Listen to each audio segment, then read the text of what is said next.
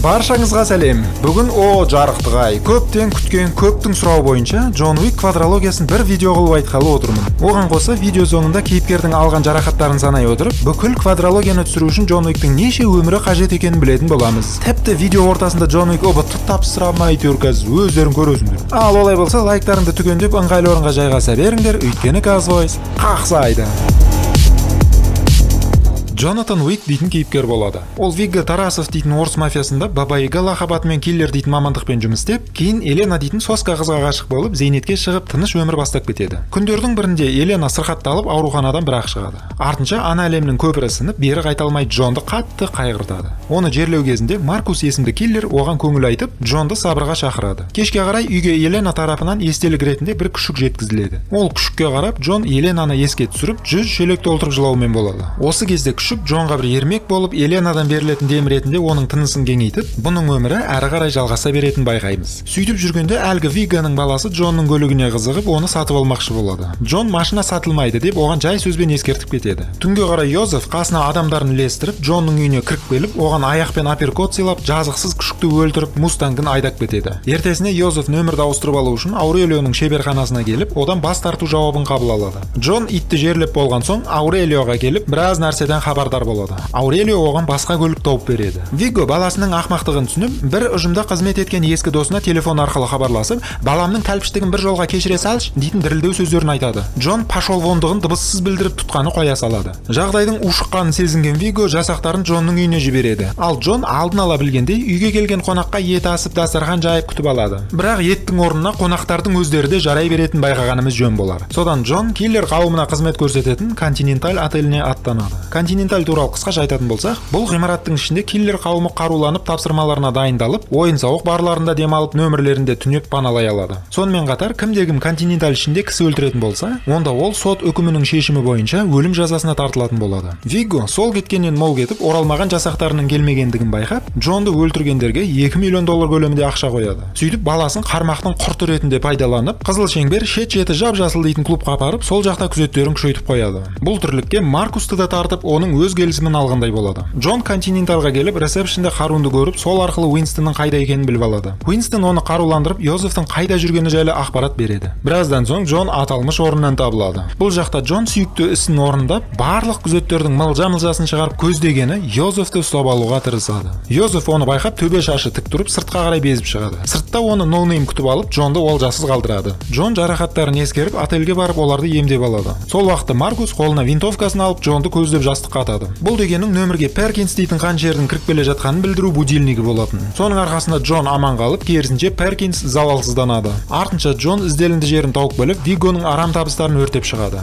Перкинс байлаудан босанып алады. Джон Виггоны күзетіп келе жатқан оққағарларды атып тастайды. Алайда Джон ұсталып, Виггоның итке қоя базарласпай қояқта дейтін ертегісін тыңдауға мәжбүр болады. Маркус қайтадан Джонды аман алып, оның айналасын тірі нысаналарға айналдырады. Джон байлаудан босап, қашып кеткен банданың алдынан шығып, Виггодан Йозефтің қайда екенін біліп алады. Біраздан соң Джон Уик Йозефті тауып келіп, оны өлтіріп тынады. Оны естіп алған Вигго ашулана бастайды. Джон отель тарапынан жаңа көлік иеленеді. Маркус та одан рахмет сөзін естігісі келіп көпір астында күтіп тұрады. Перкинс бұлардың әңгімесіне құлақ түріп, бір бұрышта аңдып тұрады. Вигго Перкинс арқылы бәрін түсініп, Маркусқа қонақ болып келіп, үй иесін жазалайды. Перкинс Континенталь ішінде адам өлтіргені үшін тиісті оғын самайымен тосады. Джон Маркустың өлгенін көріп, кек алудың екінші сериясын дайындап, Уинстонға шығып, Виггоның қайда жүргенін біліп алып, солармен кездесу кешін ұйымдастырып жібереді. Арада Вигго мен Джонның жекпе-жегі орын алады. Нәтижесінде Джон Уик түрлі жарақаттар алып болса да жеңіске жетеді. Артынша ветеринарлық клиникаға барып, жарасын жабыстырып, сол жердегі питбульді алып үйіне қайтады. Джон Йозефтің кегін қайтарды. Итті жоқтатпайтын басқа ит тапты.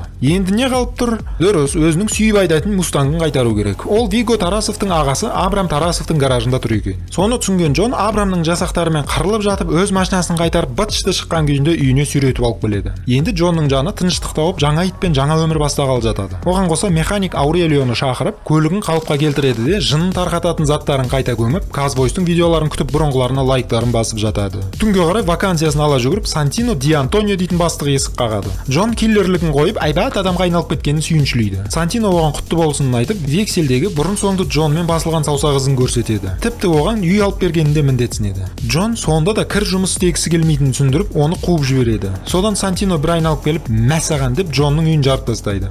Бірінші фильмде Джон жай ғана көтек шпананың артынан қуып, одан кегін қайтарған етін. Енді Джонға итальяндық Каморра кланының негізгі мүшесі, әрі атаға бұлт сүзген Сантинодан жарылған үйдің және өртенген естеліктердің сазайын беру дейтін мақсат қойылады. Әйтеуір бұл жолы ит аман.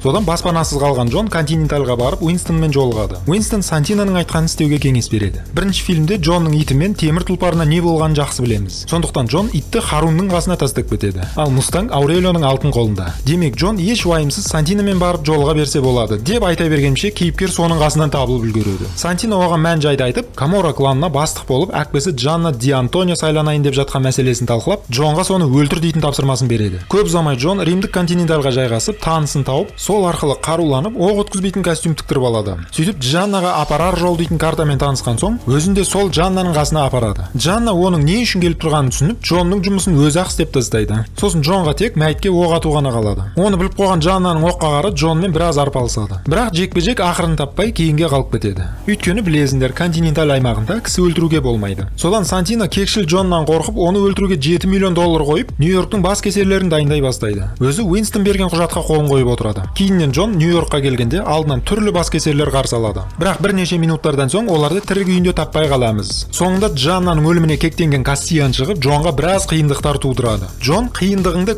не тық деп оның жүрегінен жара тауып береді. Сөйтіп жүріп, бомждардың бастығы әрі құсбегі Баури Кингті тауып алады. Содан Баури Кинг, Баури ем келіпсің ғой деп, оны шарамик шарагасын алып келіп, 7 оқтық тапаншамен қаруландырып, тура Сантиноның жүрген жеріне шығарып салады. Оны көре сала, Сантино жын көргенде Континентальға қашып кетеді. Джон оқ-қағарлармен атысып, ең мықтыларын пышақтап, Сантиноның ізімен Континентальға келеді. Сантино Континентальдің ережесін білгендіктен шіреніп отыруын жалғастырады. Бір кезде Джон Уик кіріп келіп, Сантиноны ат тастайды да, итін алып үйіне кетіп қалады. Ертесіне Уинстон Джонға жағдайдың қиындап, оның экскоммуникадо болғанын айтып түсіндіреді. Енді Джон Уиктің басы үшін бүкіл әлем ақшаға таласатын болады. Уинстонның бойында адамгершілік қасиет болғандықтан, ол Джонды бірден жазаламай, оған қашып тығылуға 1 сағаттық уақыт береді. Ал 1 сағаттан кейін Джон енді көшеде тыныш жүре алмай, қолындағы тапаншаның магазині бітіп қалмауын қадағалайтын болады. Сөйтіп Джон кешті батырып жіберіп, көшеден такси ұстап, итті Харунның қолына жібереді. Өзі кітапханадан пайда болып, түртіп қойған кітабының арасынан сюжет бойынша керек кресті тауып алады. Онымен қоса Джон бұл жолда өзіне керек нәрселерін түгендеп, оларды қауіпсіз жерге қояды. Мысалы, көлігі Аурелионың гаражында, иті Континентальда, және өртенген естеліктерден бөлек Еленаның суретін кітаптың арасына тығып қояды. Енді сол кітапты ешкім оқымаса екен деп тілеу керек. Содан Джонның басына қойылған 14 миллионды алу мақсатымен ақырында бой-бойымен қаншерлер келе бастайды. Ең бірінші боп ұзыны келеді. Джон оны ұзын деп сескенбей желкесін үзіп алады. Әрі қарай жарақатын арқалап таныс дәрігеріне барып ырбиған тіліктерін тіккізіп алады. Бір кезде сағат кешкі 6 болады. Казвойстың видеосы басталуына бір-ақ сағат қалды. Ойнап айтам. Бұл дегенің бүкіл Континенталь заңы Джонға қарсы қызмет ететін болады. Оның үстінен Джонның бағасы 15 миллионға шарықтай түседі. Джон көшеге шыққанда тағы бір партия ұзын қаншерлер шабуылдай бастайды. Жәкең оларға бой бермей, темір тұлпармен соққан қалай екен дейді, оларды кәдімгі тұлпармен соққылап кегін қайтарады. Қала берсе кейбіреулерін арба қылып бауырымен жорғалатады. Кейіннен өзі жас кезінде шынығып жаттыққан Руйска Романың Нью-Йорктағы филиалын тауып келіп, директормен сөйлеседі. Директор оның экскоммуникадо екенін біліп, көзін алартып жатып, енді бұл жерден сені көрмейтін болайын дейтін гудбайын айтып, оны ақсақалды іздетіп Казабланкаға аттандырады. Сол уақытта Нью-Йорк Континентальна кландар сотына жауап беретін бір тұлға келіп Уинстонмен кездеседі. Ол Уинстонды Джонға аяушылық танытқаны үшін жазаға тартып, жеңілдік ретінде 1 апталық мерзім береді. Егер 1 аптада Джон Уик өлтірілмесе, онда Уинстон орнынан түсіп қалады дегендей. Артынша Джонға көмектескен Баури Кингті тауып келіп, оған да 7 күн беріп жетісумен болады. Біраз уақыттардан соң Джон Казабланкаға келеді. Бұл жақта София дейтін ит сүйетін киллермен танысып, мені Беррадаға апаршы дейтін өтінішін айтады. София жүр кеттік деп Беррадаға апарады. Соттаушы суши сатып түр жасап алған Зеромен жолығып, мені Руйска Рома театрына апар дейді. Зеро жүр кеттік деп оны Руйска Рома театрына апарады. Бұл жақта Джонды жақтаған театр директорымен кездесіп, алақандарын шапалақ қылып, шапалағын шашлық қылып жазалайды. Джон Беррададан ақсақалдың қай жерде екенін сұрайды. Беррада, ол үшін қатты шөлдеуің керек. Сонда ол кола пепсиін алып өзі ақ алдыңнан шығады дегендей қисық жауабын береді. Бір кезде жауаппен санасқан Беррада итке көзі түсіп, оны өзіне меншіктей бастайды. София бермеймін дейтіндей жауабын береді. Беррада бермесең қой дейді, итті ат бастайды. Ашуланған София онымен оқ алмасады. Итте қорғаушы протектор болғандықтан Беррада -2 балапан дейтін сөзбен танысады. Арада атыс көріністері бастау алады. Бұл жолы Джонға орта бойлы қаншерлер шабуылдай бастайды. София иттерін жұмсап жатып жауды азайтса, Джон жаудың магазинін азайтып, бәріне сазайын береді. Соңында екеуі көлікке отырып қашып кетіп, шөл даладан бірақ шығады.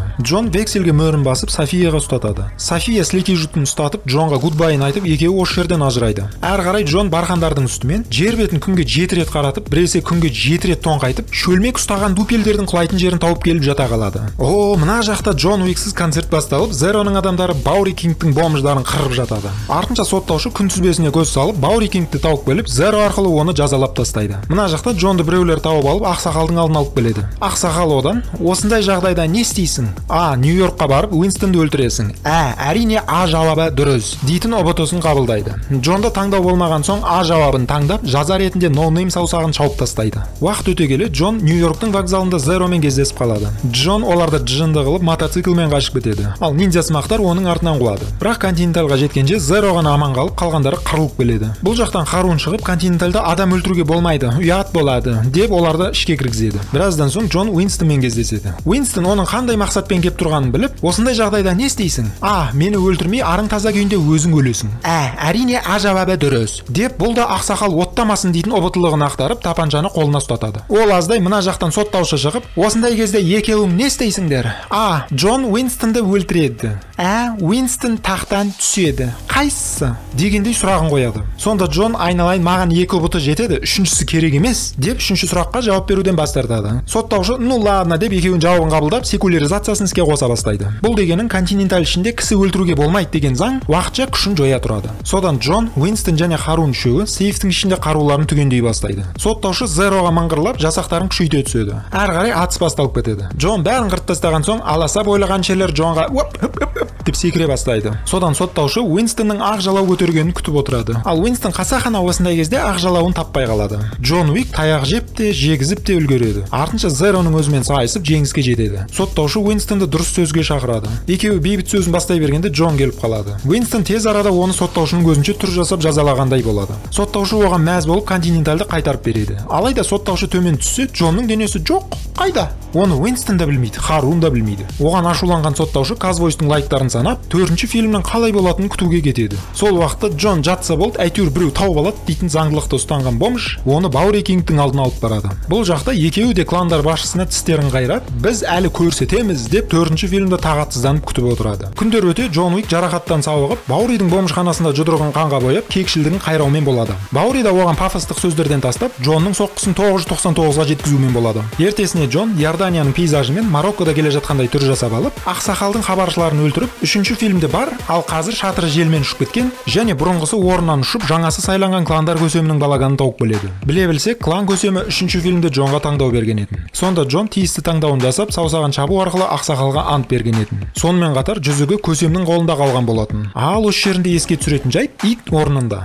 машина орнында, Еленаның сүйреті орнында. Енді не жетіспей тұр? Әрине Еленаның таққан жүзігі. Демек, Джонның саяхаты да осы жерден басталғанын жөн екен. Содан Джон жаңа көсемнен жүзікпен бостандық сұрайды. Көсем: көтіме тығып қойдым, ал не істейсің дейтіндей жауабын береді. Өйткені 3-ші фильмдегі Джон Уиктің анты ойдағыдай орындалмағанын жақсы білеміз. Сол үшін көсем оны беруден бас тартады. Нәтижесінде Джонның Мароккоға ат терлетуі бекер болып шығады. Бірақ оны Джон бекер емес қылып, клан көсемін өлтіріп тастайды. Мына жақта Континентальға аяз ата келіп, Уинстонға сәлем беріп, кландар басшысы әрі маркиз Винсан де Грамонның сәлемдемесін естіртеді. Ол Уинстон мен Джонның қылықтарын байқап, отельді бұғаттамақ болады да 1 сағат уақыт береді. Бұны естіген Уинстон отельді дереу эвакуациялауға кірісіп, қасына Харунды ертіп алып, Винсан де Грамонның алдына барады. Винсан Джон Уиктің жазаланбауы салдарынан көсемнің көз жұмғанын айтып, сағаттағы құммен бірге шыдамы да таусылып тұрады. Уинстон: атты қоянды, оған біреу өлме деп па дейтіндей жауабын береді. Винсан: бопты дейді, қасындағы Харунды атып тастайды. Артынша: маған Каинді тауып беріңдер деп Парижға барып, Каинді күтіп отырады. Көп ұзамай сарайға Каин да кіріп келеді.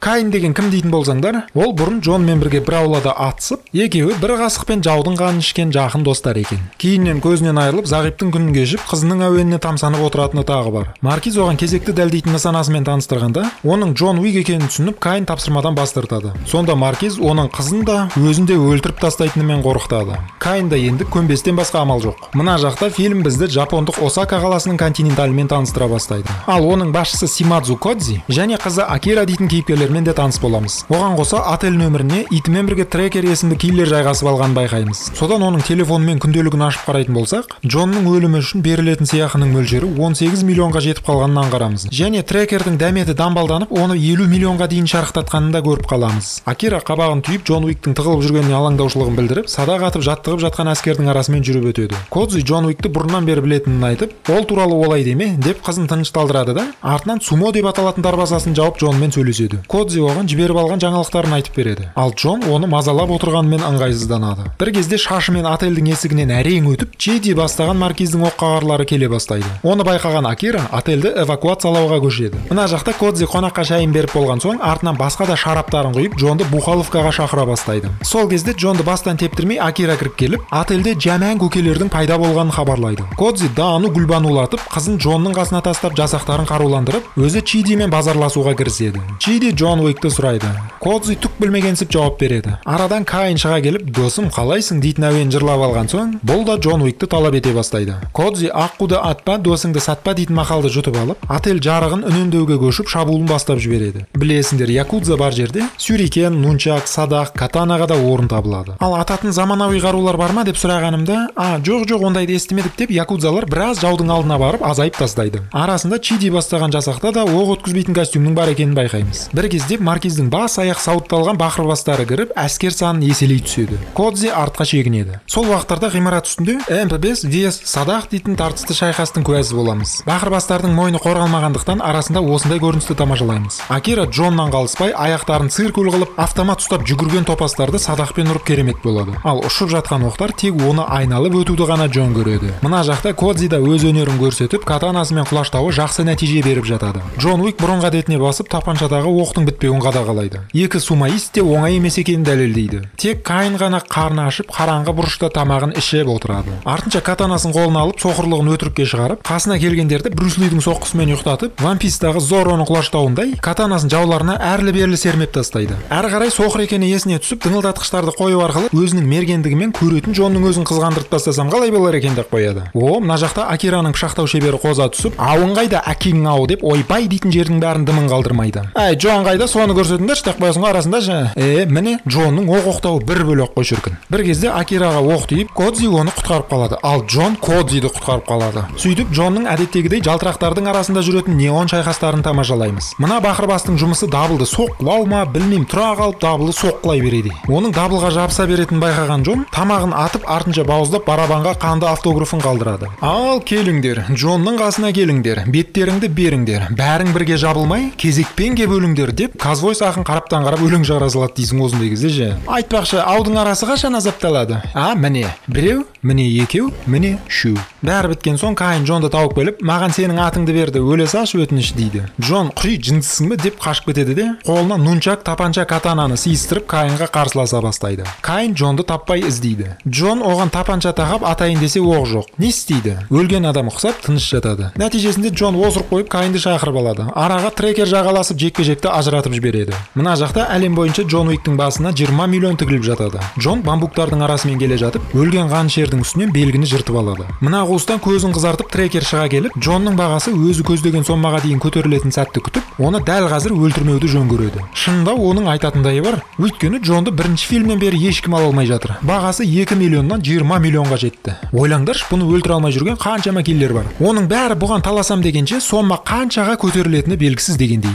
Трекер, басың істейді сенің деп қоямыз да Джонды метроға шығарып саламыз. Мына жақта Каин Джонды іздеп жүріп Кодзимен кездесіп қалып, онымен сайыса кетеді. Ақырында Кодзи жеңіліс тауып қызының көзінше өліп тынады. Акира Каинға кек сақтап, осыдан дұрыстап дайындалып келемін де дайрам, мені күт дейтін түрмен әрмен қарай кете береді. Кейін метрода Акира Джонмен кездесіп қалып, бәрі сенің кесіріңнен, сондықтан сен оны өлтіресің, немесе мен оны өлтіремін деп Джонмен қоштасады. Мына жақта трекер Винсантмен жолығып, Джон Уик үшін 25 лимонмен бірге зейнетақы қорын қамтамасыз етуін сұрайды. Винсант 20 миллионнан артық көтермей, онда басқасын табамын, кете берші дегенге келтіреді. Трекер, басқасын табам дегенше Джон кеп сені өлтіріп тастамасын, байқа деп 23 миллион сұрайды. Ашуланған Винсант пышағын оның қолына қадап, 20 миллионға келсесің де пышақты суырып аласың. Не болмаса дегеніңді қалап, қолыңды осылай жарақаттайсың дейді. Трекер дегенін қалап, қолын осылай жарақаттап Джонның ізіне аттанады. Кейін Джон Харунның мемориалында жүрген Уинстонды тауып келіп оған көңіл айтады. Артынша өліктен жұлып алған белгіні көрсетіп, оның Винсант де Грамонның адамдары екенін біліп алып, Маркизді өлтіремін де кландарға тәртіп орнатамын деп тісін қайрайды. Уинстон, қарағым, Маркиздің басын шапсаң да, оның орнына басқа басы өсіп шығады. Оның басы сенің оғыңнан көп. Сондықтан ойлан, сен олай бостандық таба алмайсың. Одан да Маркизді бірге бір дуэльге шақыр. Сонда барлығы әділ әрі заңды жабылып, аңсаған бостандығыңды қабыл аласың деп Винера аузынан түсіп қалардай ұсыныс айтады. Алайда Джон өзінің мүшелігінен қуылғандықтан дуэльге қатыса алмайды. Сондықтан ол Берлинде орналасқан өзінің кланы Руська Ромаға аттанады. Былай айтқанда Джон еш жерде пропискада жоқ. Сөйтіп ол қылмыстық отбасына оралып, мүшелікке кіру әрекетін орындамақ болады. Бұл жақта өзінің асыранды әкпесі қарсы шығып, "Мына жақта не ұмыттың?" дейтін қылғындыру қонақжайлығымен күтіп алады. Оның ашулану себебі Джон көсемді өлтірген соң Маркиз бұлардың әкелерін неміс үлкен үстелінің басшысы Килла Харкан дейтін оңбағанға өлтірткен. Былай қарап отырсаңдар, соның бәріне Джон кінәлі болып шығады. Енді Руська Рома мен Джонның жауы ортақ болғандықтан, Джон Маркизді дуэльде өлтіретінін айтып қалып, Катяның түрін А что, так можно было, что ли? деген сөзге ұқсатып қояды. Артынша Джонды босатып, "Әуелім бірінші Килланы өлтіресің" деп қасына 3-ақ сөз білетін Грутқа жатып алған Клаусты жетектеттіріп жібереді. Я есть Клаус. Я есть Клаус! Сыртта Трекер Джонды аңдып Винсанға сол жайлы мәлімет береді. Джон аталған орнынан табылады. Әрі қарай Каин мен Трекер келіп бір олжаға таласады. Оққағарлар Трекер мен Каинді оңғыда ұстайды. Килла Джонға тапанша тақайды. Ал Джон не істер екен? А я убью тебя. Дейді. Сонда Бойкібек тісін ақситып, бәрін карта ойыны арқылы шешіп тастауға тырысады. Ақырында Килланың картасы мықты болып шығады. Джон бірден оған картамен шабуыл жасап, артынан қуып кетеді. Трекер итін жұмсап, өзі мынадай біртүрлі қозғалыстармен артқы фонда төбелесіп жатады. Әрі қарай Джон Килланы диско-клубтың ішінен іздей бастайды. Алдынан шыққан балта ұстаған жасақ Джонды тоқтатам деп ойлайды. Бірақ өздерінің жүректері тоқтап, сол жерде тынумен болады. Бір кезде Килла басқа киноларда Бойка болып ойнаған несіне түсіріп, Джонға аяқ көтере бастайды. Джон қаншалықты таяқ жесе, соншалықты есесін қайтарып тастайтынын жақсы білеміз. Сондықтан Килланы жатқызып қойып, сарқыраманы қиып тұрып, 1 соққы, 2 соққы, 3 соққы, жалпы санаудан жаңылдыратын соққылармен кек алады. Түбінде Джон оның санына балта қадап, басын баспалдақпен сүйістіріп, желкесін үзіп тастайды. Мына жақта Трекер жаулардың ауларын итке тосып жатады. Ал Каин катанамен құлаштап, Джон Уикті өлтіруге қолдары тимеумен болады. Джон Килланың өлімін дәлелдейтін құжаттарын алып, Руська Ромаға аттанады. Біраздан соң Джон Катяға Килланың тісін әкеп береді. Катя оған мәз болып, Руська Ромаға есепке алып, қолына қолтаңбасын қойып береді. Енді Джон жалғыз жүретін қасқыр емес, Руська Рома мүшелігінің мүшесі болып саналады. Енді смело барып Маркизға тапанша тірей берсе болады деген әңгіме. Артынша арақсыз орыс бола ма деп 100 грамын көтеріп, сол үшін алып қояды. Содан Джон секундантына, яғни Уинстонға құжаттарын ұстатады. Ал ол Парижға келіп, Винсанға Джон Уик енді Руська Рома отбасында екен, және онымен дуэльге ресми түрде шыға алатынын хабарлайды. Винсан басында көнбей өзінше болады. Сонда Уинстон, ойлаш, ешкім өлтіре алмай жүрген кландарға аса қауіп тудыратын киллерді сен өлтіресің. Ондай атақпен сен біраз жерге барасың, деп Винсанды сындырып алады. Винсан, бопты онда, бұны ертең түсте Эйфель мұнарасында талқылаймыз, деп кездесетін уақытын түртіп қояды. Уинстон да соны пайдаланып, егер Джон Уик жеңсе, менің үстімнен экскоммуникадо алып тасталады, және континентал қалыпқа келгенде соның басқарушысы етілетін боламын, деп өз жартын қояды. Ал Маркиз, егер Джон жеңілсе, онда секунданты да дуэлянтқа серік болып қасына жата қалады, деп ережені еске түсіреді. Уинстон іштей қапаланып, бопты, өмір ғой дейді кете береді. Ертесіне дуэлянттар секунданттармен келіп, аталған жерде дуэльдің қалай болатыны жайлы карта аударады. Нәтижесінде дуэль келесі күннің таңында Сакрикер храмында өтетін болып шешіледі. Бір кезде Винсан өзін Каинмен ауыстырып арамдық жасайды. Өкінішке қарай бұл арамдық ережеде рұқсат етілген екен. Каин қарсы шығып, өзің шық дегенге келтіреді. Сонда Винсан оның қызын өлтіретінмен қорқытады. Сонымен дуэльде Джон Уик жеңсе, ол бүкіл кінәдан айырылып бостандығын алады. Уинстон Нью-Йорк отеліне қайта бастық болып орнығады. Жеңілсе, дуэлянт секундантымен бірге өлтіріледі. Онымен қоса, дуэльге белгіленген уақыттан кешігіп келсе, онда дуэлянт бірден өмірімен қоштасады. Шарт түсінікті ғой, иә? Ал енді таңғы дуэльді күтеміз. Дуэлянттар майшандарын жағып, соңғы күндерін өтеп отырады. Каин, ренжіме, қызым үшін сені өлтіруден басқа амал жоқ, дейді. Джон, оны енді таңда көре жатармыз деп кетіп қалады. Хабаршы Маркиз де Грамонға қарап, өр көкіректік билік жолыңды перделемеуі тиіс. Джонның жолы болып кетсе, сенің абыройың 5 тиынға да татымай қалады, деп оны ойландырып кетеді. Біраздан кейін Маркиздің қасына Чиди келіп, дуэльге соқырды шығарған сен де ақмақсың, дегендей Джонның жеңу ықтималдығын көтеріп жібереді. Сонда Маркиз тұрып, онда оны дуэльге дейін өлтіріңдер, деп Чидиға тапсырма береді. Ал Эйфель мұнарасы іске кірісіп, Джонның басына 26 миллион қойып, бүкіл Париж қояншықтарының құлақтарын көтере бастайды. Арасында сол қояншықтардың өртегіш оқтарына көңіл бөліп қойсақ та болады. Мына жақта Джон метродан өзінің шашбауын көтеруші секундантымен көгершіндер патшасын қарсы алып көздеген орынға бет алады. Екеуі Джон Уикті шырттай қылып киіндіріп, қолына сүйікті ойыншықтарын ұстатып, барынша Сакрикерға жақын жолды ойластырады. Өйткені бүкіл Париждің көздегені Джон Уик екенін бұлар да түсініп отыр. Сөйтіп Сөйтіп кейіпкерлер қайыққа отырып саяхатын бастайды. Тоқылдақ қатындар оның көтіне жабысқан GPS-не айналып, қояншықтарға бағыт-бағдар беріп, оның әр қадамын аңдып отырады. Радарда алғашқы қаншерлер Джонға қонақжайлығын көрсетіп құтыра бастайды. Бірақ бәрі бекер. Джонның қолынан өлгені де арманда, өлмегені де арманда. Әр қарай саяхат салтанат арқасында орын алмақ. Бұл жақта оны бір топ шпана күтіп алып, Джонның көлігін аударып тастайды. Джон сыртқа шығып, көрінген көлікке қағылып жатып, жартысын атып, қалғандарын кездейсоқ көліктердің капоттарымен сүйістіріп, бастарынан оқтарын тауып береді. Алдынан Чиди шыққанда, екеуі жолдың ортасына тұра қалып төбелеседі. Чиди Джонды машинаның есігіне жабыстырса, Джон оны келе жатқан көлікке тосып, әуеде сальто айналдырады. Трекер Джонның оңай емес екенін көріп, барынша оны құтқарып қалуға тырысады. Қала берсе, Чиди тапанша тірегенде итін жұмсау арқылы Джонды аман алып қалумен болады. Ит те мынадай соққыдан өлуге ұялып, тұра қалып афылдауына басады. Мына жеріне қарап, ай-бай деген сөзді өзім айта салайын. Содан Джон, болт, мен ойнамаймын деп мотоциклге отырып, Сакрикерға қарай жол тартады. Бірақ оның жолын бөгеттеп, тағы бір топ қаншерлер шығып, оған тосқауыл болады. Джон олардың біреуі мотоциклмен пәріп жіберіп, өзі ремонт жүріп жатқан ғимаратқа тығылады. Трекер Маркезға қоңырау шалып, Джонның басын 40 миллионға көтереді. Ал Джонға 40 миллион қойылған естіген бұзық балалар ғимаратқа ағыла түседі. Ашық жерде өлтіре алмаған Джонды енді жабық жерде өлтіріп көріңдер ал. Ары қарай Джон оқтарын міндетті түрде жаудың бастарына салу дейтін қағидасын ұстанып атыса бастайды. Трекер оны көз алдынан жоғалтып алмауға тырысып, жолыққан жауды итке талатады. Бағана айтқан мықты қару Джонның қолында екенін байқадық. Енді экшен одан бетер қызық бола бастайды. Ал камера барған сайын жоғарғы ракурстарды алып, тамаша экшен сценалармен көздің құрышын қандырып, The Hong Kong Massacre дейтін ойынның кино нұсқасын көрсетеді.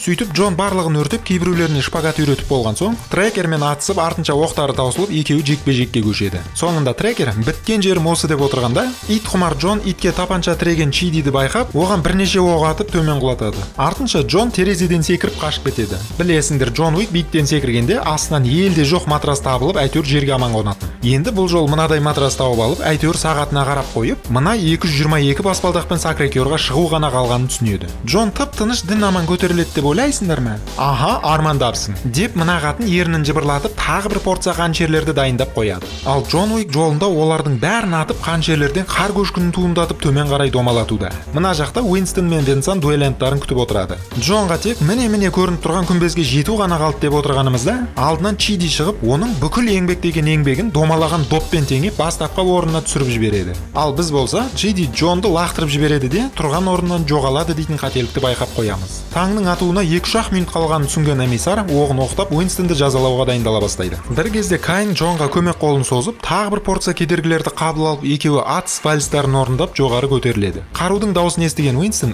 бағым бар екен ғой деп екінші тынысын алады. Джон Чидимен жекпе-жекке түсіп, қайтадан төмен домалайды. Кайн тапанша мен катананы таластырып, жауларын өлтірумен болады. Чиди Джонды оңғыда ұстап тұрғанда, трекер оны екінші мәрте аман алып қалады. Көмекке Кайн келіп, Джонды босатып, қайтадан екеуі жоғары қарай көтеріледі. Чиди трекердің итімен амандасып, тісін ауына басуға қарсы болмайды. Сосын трекер оны ат тастайды, ал ит болса басына сиіп тастайды. Уақыт өте келе Париждің арайлап атқан таңын тамашалаймыз. Дуэлянттар дәл уақыттарында келіп дуэльге дайындала бастайды. Мына жақта трекер кино көріп итіне шарабын құйып беріп отырады. Дуэлянттар қаруларын алып 30 қадамын жасайды. Секунданттары оғын апарып береді. Қарулар атуға дайын. Енді эмиссардың ат дейтін командасын күтеміз. Бірінші раундта екеуі де бір-бірінің шынтақтарын сырып өтеді. Екінші раундта 20 қадам жақындап, Джон иықтан, Кайн соқыр шектен жараланады. Үшінші раундта дуэлянттар 10 қадам жасап, барынша бір-біріне жақын тұрады. Осы кезде Кайн Джонды ауыр жарақаттайды. Деграмон Кайнға «Боссың, кете берін» дейді, өзі Джонды түбегейлі өлтіруге кіріседі. Ал Джон үшінші раундта мүлдем атпағаны анықталып, соңғы оқты Деграмонның миынан тауып береді. «Ура!» деп шапалақ ұрып қоямыз өш жерінде.